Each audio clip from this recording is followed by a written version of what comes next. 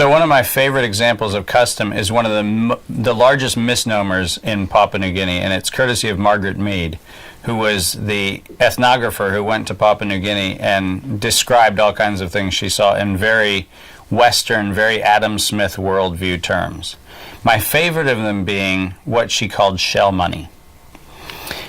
Now, I don't fault Margaret Mead. She was using the tools that she had, but she saw people going to festivals, and she saw people going to weddings and funerals and bringing with them very long strands of shells. And these were shells strung along a rattan fiber. And so people would show up and they would give the host, or they would give the grieving family, or they'd give the bride's family these big strands of shells.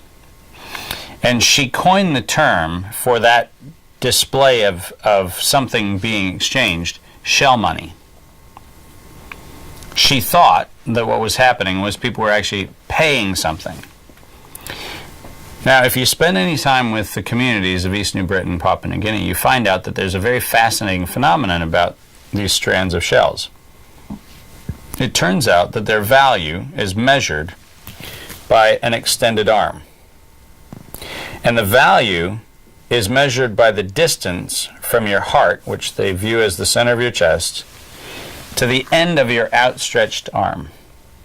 Which means if you've got a long arm, you've got more shells on a string. If you've got a shorter arm, you've got less shells on a string.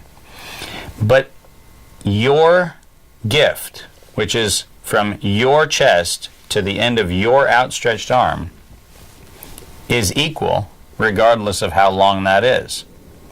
So a person with a short arm, small body, is as generous in giving their length as the person who's got a big body and a long arm is generous giving their length. So Margaret Mead's proposition that this was money failed on its opening assumption. What's even more fascinating, as you learn more from the communities, is that unlike money, shell money, as she called it, which is actually called tambu in the Pacific tradition, that artifact, if you will, of value exchange actually doesn't act like money at all, because you're actually known by how much of it you give away, not how much you hoard. If you have a particular celebration and people bring you a bunch of these shells, they actually hold in the back of their minds, and not so far in the back of their minds, a memory of how much you got at the last party. When you come to the next party, if you really want to be seen as an honorific person, you'll bring a lot of shells. And if you don't, you actually are dishonored. So, oddly enough, the incentive in what Margaret Mead called shell money, the incentive is to actually get a whole lot of this stuff at your festival and then work your butt off to make more of it.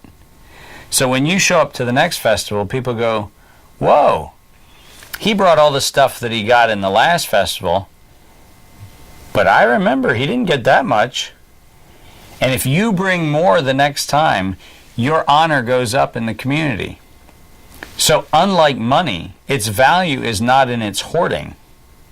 Its value is in not only the memory of the social contract of what was given before better show up again, but its better value is the amount you add to the system. So, in a really bizarre way, when the Treasury decides to print more money, they're, I guess, living up to the shell money kind of concept. They're being more generous, right? But in all seriousness, the concept of money was not the point at all. What it was the conveyance of an external expression of honor through which future generosity was not just possible, expected. So as you look at this system, when we talk about custom, that's what we're talking about. We're talking about the ability to integrate value both in its very intangible sense. What happens around the fire, what happens in the drum festival, what happens when people go to a church service, what happens when people get together around a holiday. Those things which we call intangibles are part of what we talk about in custom. Think in the U.S. of Thanksgiving, when you have a giant spread of food and everybody's together and everybody's having a great time, and ask yourself, how many times in Thanksgiving have you ever been asked, well, gosh, you ate a little more turkey than you should have, so why don't you chip in on the pecan pie because you really ate too much turkey. We wouldn't think about doing that because we've set aside custom and culture as something where we understand that the value is intrinsic to it. But custom and culture includes extrinsic, visible manifestations of that same phenomenon, like the shell fibers in Papua New Guinea, which are used not only to exchange expressions of honor, but actually to incentivize future performance of higher expressions of honor.